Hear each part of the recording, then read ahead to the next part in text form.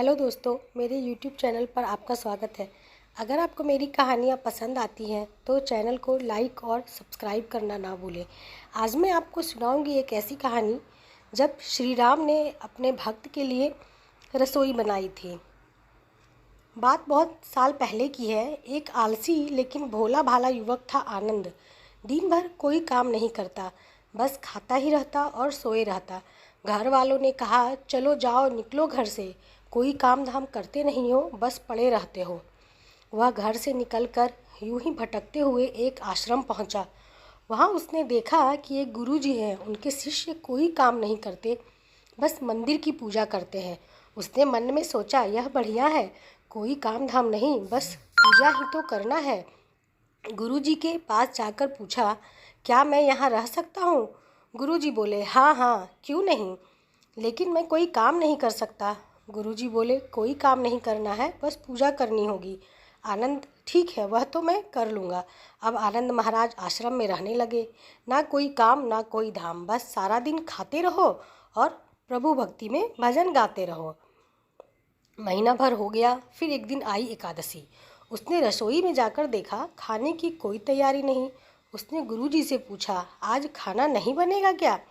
गुरुजी ने कहा, नहीं, आज तो एकादशी है, तुम्हारा भी उपवास है। उसने कहा, नहीं नहीं, अगर हमने उपवास कर लिया तो कल का दिन ही नहीं देख पाएंगे। हम नहीं कर सकते उपवास, हमें तो भूख लगती है। आपने पहले क्यों नहीं बताया? गुरुजी ने कहा, ठीक है, तुम ना करो उपवास, पर खाना भी तुम्हारे लिए कोई और नहीं बनाएगा, तुम खुद बना लो। अब मरता क्या ना करता। गया रसोई में। गुरुजी फिर आए। देखो, अगर तुम खाना बना लो तो राम जी को भोग जरूर लगा लेना और नदी के उस पार जाकर बना लो रसोई। ठीक है। लकड़ी, आटा, तेल, घी, सब्जी लेकर आनंद महाराज चले गए। जैसा तैसा खाना भी बनाया। खाने लगा तो याद आया, गुरुजी ने कहा था राम जी को भोग लगाना है। लगा भजन गाने, आओ मेरे राम जी, भोग लगाओ जी। कोई नहीं आया तो बेचैन हो गया कि यहाँ तो भूख लग रही है और राम जी आ ही नहीं रहे। भोला मानस जानता नहीं था कि प्रभु साक्षात तो आएंगे नहीं, पर गुरु जी की बात मानना जरूरी है। फिर उसने कहा, देखो प्रभु राम जी, मैं समझ गया कि आप क्यों नहीं आ रहे हैं। मैंने रूखा सूखा बनाया है और आपको तर माल खाने की आदत है, इसीलिए नहीं आ रहे हैं।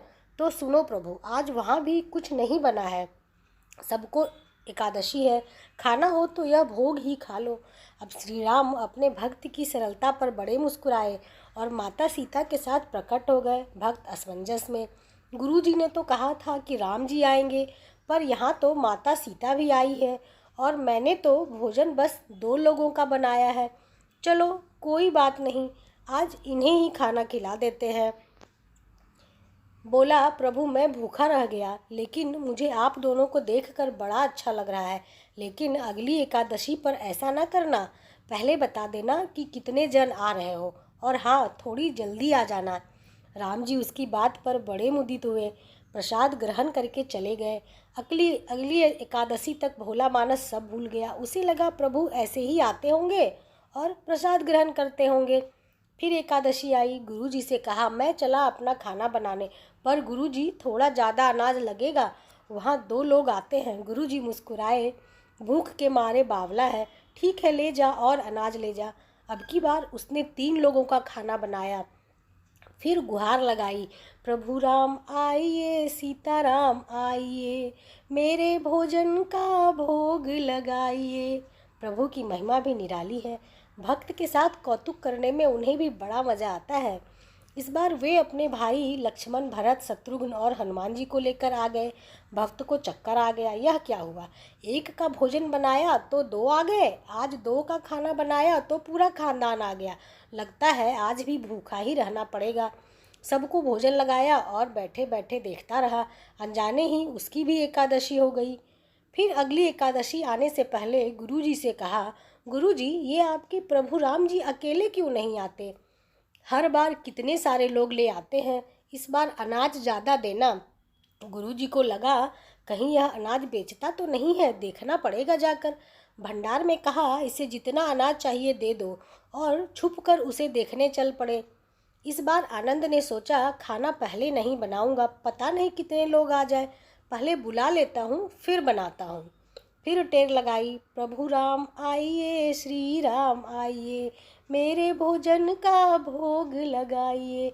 सारा राम दरबार मौजूद। इस बार तो हनुमान जी भी साथ आए, लेकिन यह क्या, प्रसाद तो तैयार ही नहीं। भक्त ठहरा भोला भाला, बोला, प्रभु इस बार मैंने खाना नहीं बनाया। प्रभु ने पूछा, क्यों? बोला, मुझे मिलेगा तो है नहीं, फिर क्या फ़ायदा बनाने का, आप ही बना लो और खुद ही खा लो। राम जी मुस्कुराए, सीता माता भी गदगद हो गई उसके मासूम जवाब से। लक्ष्मण जी बोले, अब क्या करें प्रभु? प्रभु बोले, भक्त की इच्छा है, पूरी तो करनी पड़ेगी, चलो लग जाओ काम पे। लक्ष्मण जी ने लकड़ी उठाई, माता सीता आटा सानने लगी।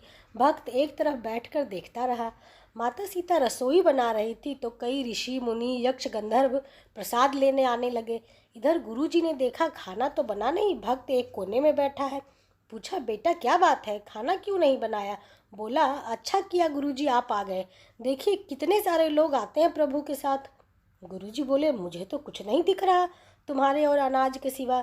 भक्त ने माथा पकड़ लिया, एक तो इतनी मेहनत करवाते हैं प्रभु, भूखा भी रखते हैं और ऊपर से गुरुजी को दिख भी नहीं रहे, यह और बड़ी मुसीबत है। प्रभु से कहा, आप गुरुजी को क्यों नहीं दिख रहे हैं? प्रभु बोले, मैं उन्हें नहीं दिख सकता। बोला, क्यों? वो तो बड़े पंडित हैं, ज्ञानी हैं, विद्वान हैं, उन्हें तो बहुत कुछ आता है, उनको क्यों नहीं दिखते आप? प्रभु बोले, माना कि उनको सब आता है, पर वे सरल नहीं है तुम्हारी तरह, इसीलिए उनको नहीं दिख सकता।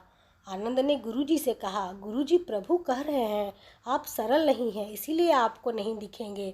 गुरुजी रोने लगे, वाकई मैंने सब कुछ पाया पर सरलता नहीं पा सका तुम्हारी तरह, और प्रभु तो मन की सरलता से ही मिलते हैं। प्रभु प्रकट हो गए और गुरुजी को भी दर्शन दिए। इस तरह एक भक्त के कहने पर प्रभु ने रसोई भी बनाई। यह भक्ति कथा लोक श्रुति पर आधारित है। बोलो जय श्री राम। प्रभु की महिमा अपरंपार है।